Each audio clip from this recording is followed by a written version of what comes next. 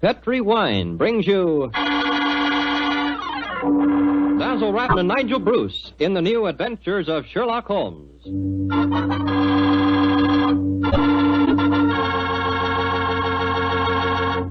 The Petri family, the family that took time to bring you good wine. I invite you to listen to Dr. Watson tell about another exciting adventure he shared with his old friend, that master detective, Sherlock Holmes. Of course, I can't be as entertaining as Dr. Watson, but I can tell you something that's really worth knowing. Simply this. The best beginning a good meal ever had is a glass of Petri California Sherry. Petri Sherry is the perfect before-dinner wine. While you're waiting for dinner to be put on the table, pour yourself a glass of that clear, amber-colored Petri Sherry. Now, just sit back and sip it slowly. Take your time so you can thoroughly enjoy every single drop of that wonderful Petri flavor. And what a flavor that sherry has. Comes right from the sun-ripened heart of wonderful California grapes. Now, you may be a real wine expert and know all about sherry wine, but believe me, until you've tried Petri Sherry, you're really missing something, and no kidding. Serve Petri Sherry alone, or serve it with canopies or appetizers. And by all means, serve it proudly. You can because the letters P-E-T-R-I spell the proudest name in history of American wines, Petri.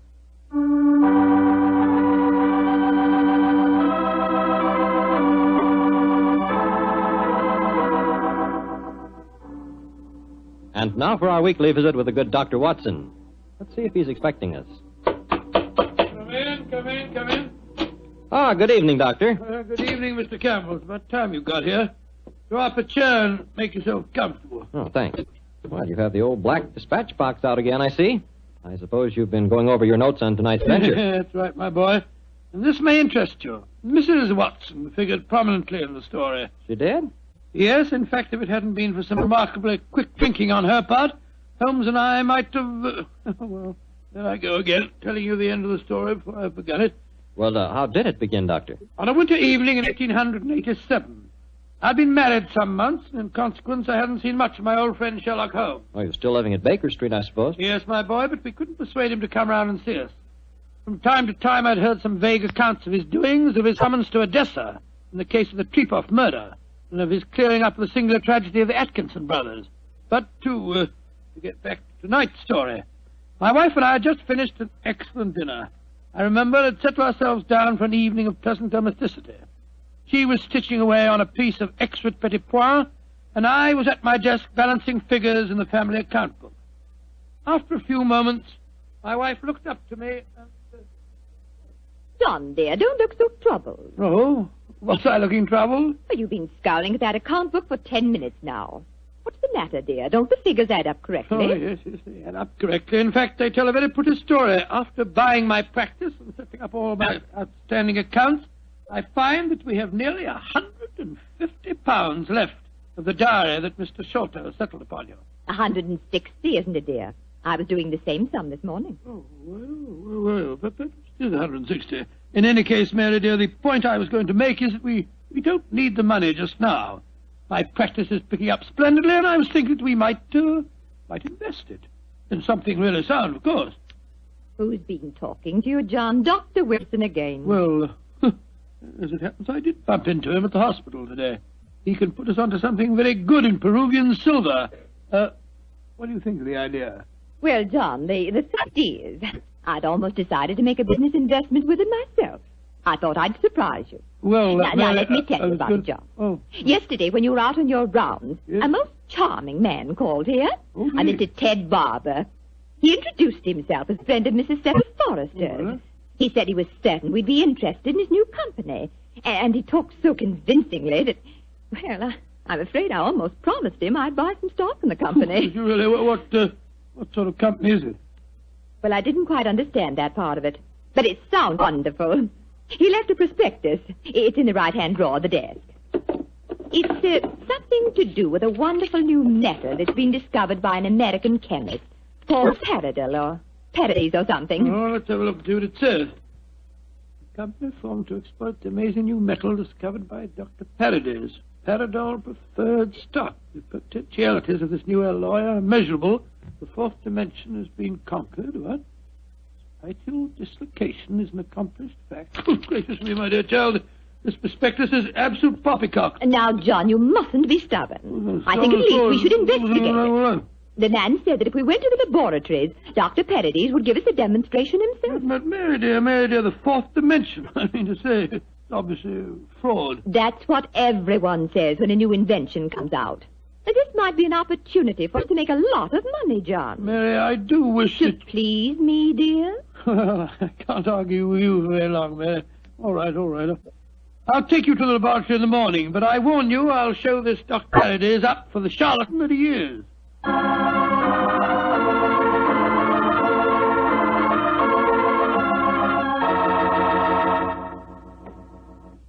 Dr. Paradis will be with you both in a moment. Thank you, my man. She's just concluding an experiment. She? Dr. Paradis is a woman, then? Oh, yes, madam, and a very brilliant one. Oh, that's the last straw. The whole thing sounded like an obvious fraud, and now we get here and find that a woman doctor's at the back of it all. Just because she's a woman, it doesn't mean to say that... How do you do? I'm Dr. Paradis. Oh, how do you do, madam? I'm Dr. Watson, and this is my wife, Mrs. Watson. Oh, yes. Come into the laboratory, won't you? Oh, thank you so much, Dr. Paradis.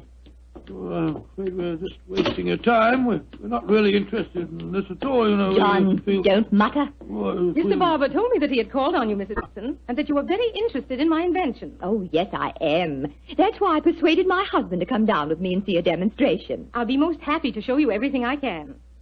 Here's a practical example of the application of my work. This chamber you see in front of you is made completely of my new alloy. Oh, what's the thing do? It's just a great metal box with a lot of dials and switches and things. Why is it so big? Do people get inside it? They can. What? Though if they do, they're liable to find themselves transported many miles from here. Come inside, won't you? Oh, what a lot of nonsense. Now, John. Before I give you the demonstration, I want you both to see that there is no exit from inside this chamber. No trapdoors or anything. The only exit is the door we just came through. Yes, it's just like an airtight metal room. Stuffy in here, isn't it? Now let's go outside again. I'll show you how the machine operates. Albert! Yes, Dr. Paradis. I'm going to demonstrate the Paradol chamber to Dr. and Mrs. Watson. Oh, very well. The usual time? Yes, please, Albert. Now, my assistant goes inside the chamber. I close this metal door on him, so... What are you going to do with him? Within a matter of seconds, he will be 7 miles from here. Oh, gracious me, really, madam, you Please, can't Dr. expect Watson, us to believe... You're a scientific man. At least give me the opportunity of demonstrating my work. I'm sorry. Now, I adjust these dials, turn on the electrical generator, and...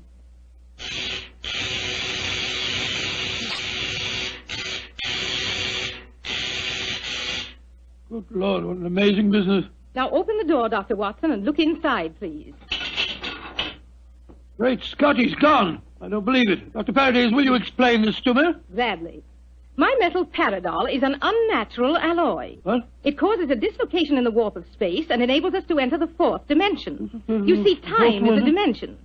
Any object in the past, present, or future can be described precisely in 3 dimensions of space and 1 of time. Yes, but this machine of yours... The alloy of Paradol, combined with the great forces of electricity, has created a new force. This element is controlled by these dials, and it is possible to move in 4 dimensions at once. Thus, bodies or other objects can be transported great distances away, all in the twinkling of an eye. I've coined a word to describe the process. Teleportation, I call it. Teleportation? Well, I'm completely confused. All my scientific training tells me this is impossible, and yet, I wonder if you'd give us another demonstration. Certainly. Perhaps you yourself would like to be teleported somewhere. Certainly not. Gracious me, no. No, I think John would be very unhappy in the 4th dimension. He wouldn't belong. Yes, you said that any objects could be moved. How about that brown paper parcel on the table over there? Certainly. It only contains some company circulars. I suggest you write your initials on it so that you can identify it later. Oh, very well. J.H.W. There you are. Where do you want it dispatched to? Send it to my house. I'll give you the address. That won't be necessary. Mary, this is an amazing business. Isn't it, John? Exciting, too. There we are. Now I adjust the dials once more, and...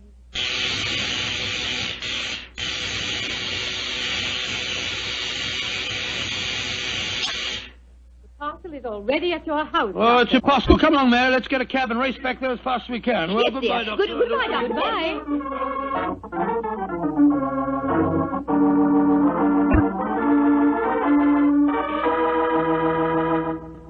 Now, dear, John, you must admit you're just as excited as I am. Well, I confess that I'm enormously intrigued. Let me just get my latch front door key up. Here we are. Dr. Paradis is a devilishly clever woman. Even so, my intelligence tells me it's impossible for the package to have reached here before us. Ah, here we are. Ah, there you are, Master. Mum, just in time for lunch. Tell me, Annie, did the package arrive for us? Oh, yes, it did, Mum. I put it on our table. Great Scott. How was it delivered, Annie? Well, now, that's the funny thing about it, sir. I don't know. I went out to polish the broth on the door knocker a few minutes ago, and there was the parcel, lying on the doorstep. No one had rung the bell or anything. I didn't know how it got there. Thank you, Annie. You can go now. Yes, Mum. Well, John, what do you say now? There's a miracle's been performed. I don't believe my eyes. Look, there are my initials on the package. Mary, I think that if you don't mind, after lunch You'll go round to Baker Street and tell Sherlock Holmes about this. Oh, do you mind, dear? Of course not, dear. Good. It'll be nice to see Holmes again anyway.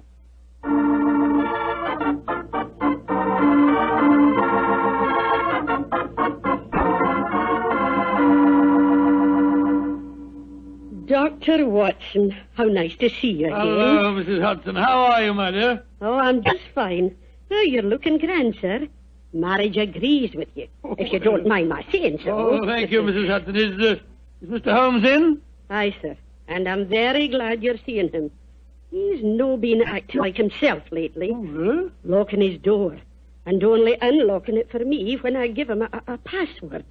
And he's hardly touched his food for the last 3 days. To tell you the truth, Dr. Watson, I'm awful worried about him. Really? Well, I'll go up to him.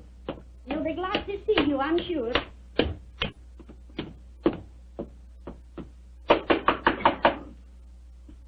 Yes? Who is it? It's me, Watson. Watson? Oh, possibly. I'm not taking any chances. Holmes, this is ridiculous. Surely you know my voice after all these years? John H. Watson. Tell me what your middle initial stands for, and I'll let you in. It stands for Hamish. Watson, my dear fellow. How are you? I'm fine and delighted to see you again, Holmes. Incidentally, why all this rigmarole about locked doors and passwords? Well, Professor Moriarty has decided that it's high time to settle his score with me. There have been several attempts on my life lately. Twice I've been attacked in the streets, and only yesterday a shot was fired at me through the window you see broken there. Lord Holmes, you must be careful. I am being very careful. That's why I indulged in what you refer to as all this rigmarole. But, well, enough of my problems. What's on your mind? There's a sparkle in your eye and an air of excitement that tells me that you've some news to impart. Well, I must say there is something. Of course there is, my dear fellow. Come on, tell me about it. You ever hear of a new metal called Paradol and its inventor, Dr. Paradis? Oh, yes, indeed I have. I received a prospectus concerning it the other day. Well, what do you think of the idea? Oh, obviously it's rubbish designed to fool a gullible public into buying shares. Don't tell me that you were taking advice. Oh, no, of course not, Holmes. Naturally, as a scientific man, I knew it was rubbish. My wife, however, had become a little involved in the concern, and so today, to prove to her that the whole thing was a fraud, we went down to the laboratory and met this Dr. Paradis. Oh, did you indeed? In the first place, let me tell you, this Dr. Paradis is a woman. Oh, a woman? As you can imagine, I didn't have any difficulty in discrediting her theories. In fact, I'm afraid I made her seem rather stupid. However, we did stay there long enough for her to give us a demonstration.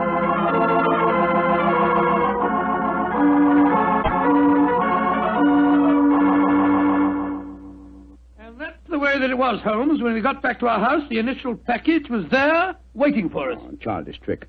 Obviously, the Paradol chip contains an ingeniously hidden trap door, through which the assistant disappeared and later the package. A fast cab then took it to your home before you could get there. Oh, yes, oh, really? Well, yes, of course, that's exactly how I explained the thing to Mary. Was she impressed with the feat? Yes, she was. But you know how women are. I tried to tell her the whole thing was a fraud. She's very obstinate. I was hoping perhaps that you will help me expose the concern. Oh, hardly seemed necessary, old fellow. Such an obvious fraud. However, for your sake, I'll be glad to do anything I can. But I thought we might go down to the laboratory late tonight when nobody's there and take a look at that Paradol chamber a little more closely. Yes, that's a good idea. After being cooped up here for 3 days, it'll be a pleasure to get some night air and indulge in a little simple burglarizing. Well, shall I call for you here? No, wait a minute, dear fellow. It's much too dangerous. I'll be in a hansom cab outside your house about 11:30 tonight. How's that? Splendid. Quite like old times, isn't it, Holmes? Yes, 'tis, old chap, though I think that this time, for Mrs. Watson's sake, I must try and keep you out of trouble.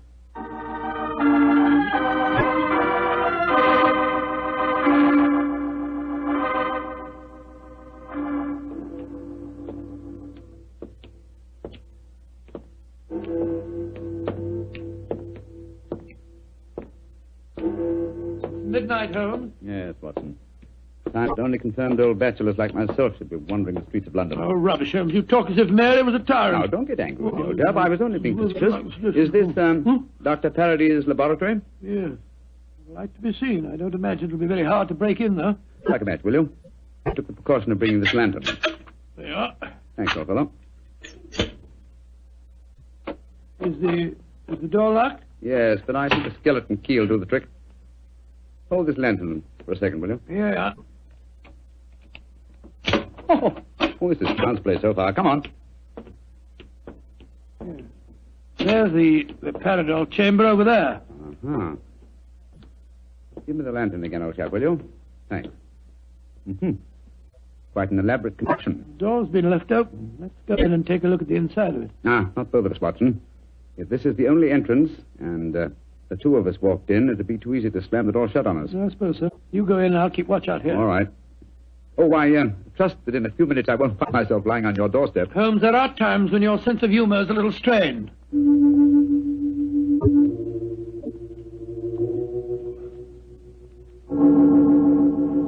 Holmes, you all right? Watson! What is it, Holmes? The body of a dead woman. She's been shot. Unless I'm much mistaken... Let me come and look. 1,000 to 1 is Dr. Paradol's. Yes, it is. Watson, get out of here, don't you? Good Lord, someone has slammed the door shut on us. Yes, my dear fellow. We walked into a trap very neatly. I'm afraid that we're imprisoned in what appears to be an airtight metal chamber, and the only person who can help us to get out of it again is a corpse.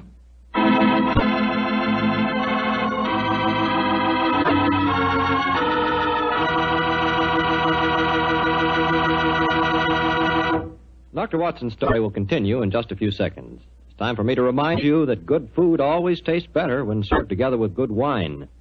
Did you know that Petri makes 2 wonderful mealtime wines? Wines especially made to go with food? Well, they do. Petri California Burgundy and Petri California Sauterne. You want a rich, hearty red wine, a wine that's great with any meat or meat dish, you just try Petri Burgundy. And if you want a wine that's perfect with chicken or fish, try a delicate golden-colored Petri Sauterne. Petri Burgundy if you want a red wine, Petri Sauterne if you want white. But always a Petri wine if you want a good wine.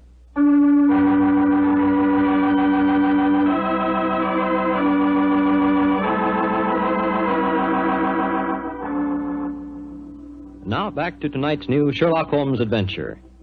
It is in the early hours of a winter's morning in 1887.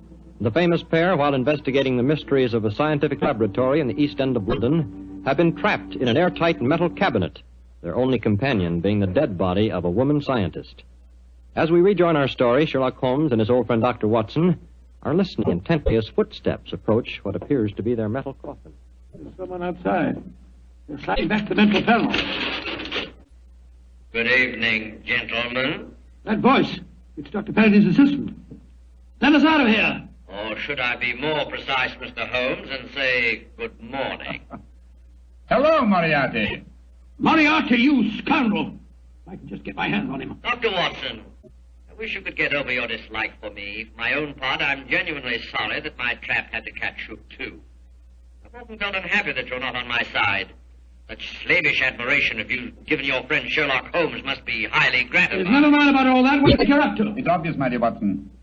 The whole scheme was a plan to lure me out of my safe hiding by presenting an intriguing problem, and one the victim the wife of my old friend. You knew it would get back to my ears, didn't you, Moriarty? Yes, exactly. But why did you murder this Paradol's woman? That's equally obvious, my dear Watson. It served her purpose in presenting a most convincing scientific front. As soon as the trap was baited, it was a liability. She might tell tales, and so she was killed. Like so many other of your accomplices, my dear Professor. Precisely. Now, my dear fellows, I'm afraid that I must close this panel and say goodbye. quite sorry to have to kill you, but you're becoming dreadfully in my way. And how do you plan to kill us, Moriarty? By doing nothing more than closing this panel. Oh, I could be frightfully dramatic and release deadly gases into the chamber, or poisonous snakes, or something equally colorful. But quite frankly, it seems so much simpler just to shut you in. Your oxygen supply won't last very long, you know. And for your benefit, Dr. Watson, I may tell you that Paradol, whatever its other shortcomings as a metal, is bulletproof. Goodbye, you meddling fools! Well, there seems nothing for us to do but look around and ascertain our chances of escape. Holmes, I don't like this. We're in a very nasty situation. My dear Watson, sometimes you're a master of understatement. Aha, just as I thought. What have you found, Holmes? Sliding panel, just behind the dead woman. It leads us to a passageway. A passageway that has been bricked up only within the last few hours. But long enough, I'm afraid, to make it impossible. No, there's no escape here. Hold the lantern a little higher, will you, Walter? Yeah. That's it. Well, what are we going to do now? I was just estimating the cubic capacity of this chamber. The air supply should last comfortably for at least another 8 hours. I recommend a brief sleep to refresh us and also to conserve our oxygen supply. Sleep? Who could sleep at a time like this? I can and you can, old chap, if you discipline yourself. Well, I'll try, Holmes, but I know perfectly well I shan't close my eyes.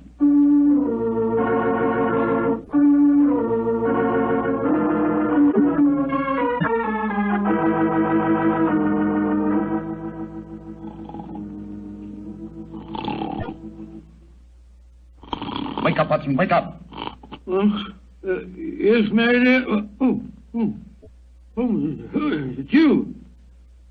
Oh, we're still in this infernal trap. I'm afraid so, old chap. What time is it? Just after 7 in the morning. How long did you estimate our oxygen supply would last? Probably about another hour. Well, it's just possible that some worker will come to the laboratory early and let us out. I shouldn't count too much on that if I were you. I suppose not. I say, Holmes, I'm famished. Yes, I thought you would be, my dear chap, so I saved you this half of a bar of chocolate. I ate my own share just before you awakened. Oh, thanks, my dear fellow. Did you sleep too, Holmes? No, I didn't, Watson.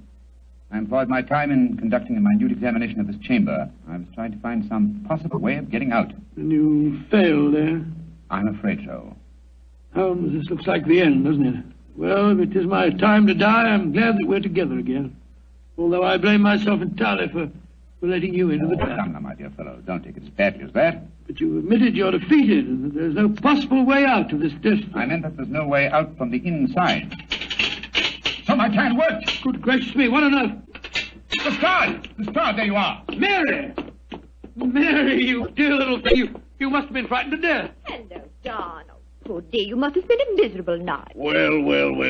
Mr. Sherlock Holmes and Dr. Watson have been getting themselves in trouble again, eh? Sir, this is no time for your heavy-handed badinage. There's the body of a murdered woman inside that chamber. She was killed by Professor Moriarty. Professor Moriarty? It's too late to get my message sooner.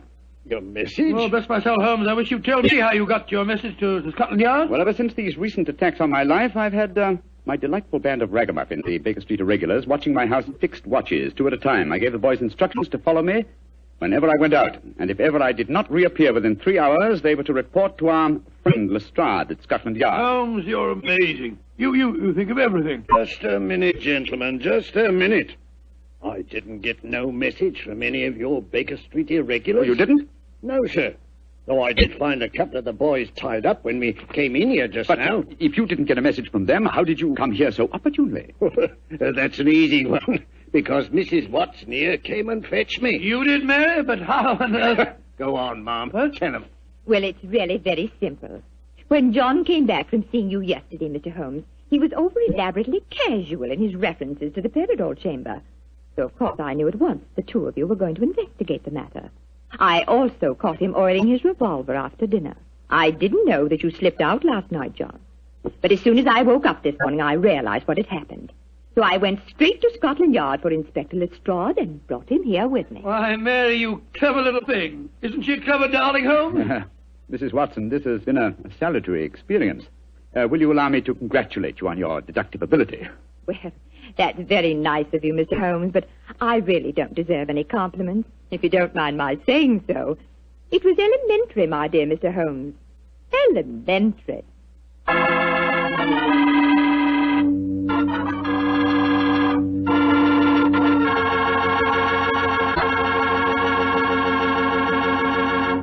This is Bob Campbell saying good night for the Petrie family. This program comes to you from our Hollywood studios. This is the Mutual Broadcasting Center.